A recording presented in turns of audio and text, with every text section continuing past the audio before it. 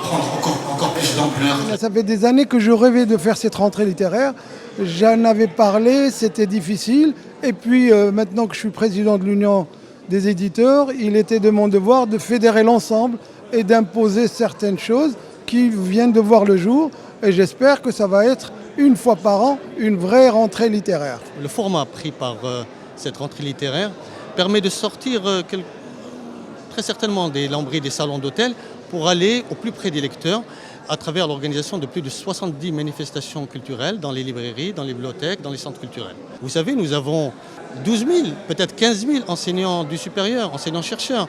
Nous avons pratiquement 300 000 enseignants dans les différents cycles de l'éducation nationale. Nous avons une élite, une classe moyenne. C'est donc 1 million de lecteurs potentiels. Et pourtant, le meilleur des livres est tiré à 2000 exemplaires. Vous voyez tout le travail d'incitation, de sensibilisation à la lecture qui commence bien naturellement à l'école. Le rôle des bibliothèques scolaires doit être intégré complètement dans les cycles scolaires.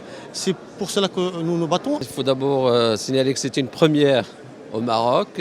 Donc le fait qu'un ensemble d'éditeurs se mettent ensemble et annonce un événement comme ça, où il y a des publications, de nouvelles publications, où il y a aussi un élan et une volonté, c'est surtout ça qui m'intéresse, c'est cette volonté de mettre en avant le livre est intéressante parce que c'est une manière aussi d'encourager la lecture. Ce qu'il faut pour que ça réussisse, c'est que tout le monde doit s'y mettre, c'est-à-dire c'est pas seulement une affaire de libraire, c'est pas seulement une affaire d'éditeur, mais essentiellement ce qui est beaucoup très important pour moi, en tant qu'enseignant d'abord avant d'être écrivain, c'est la participation du ministère de l'Enseignement.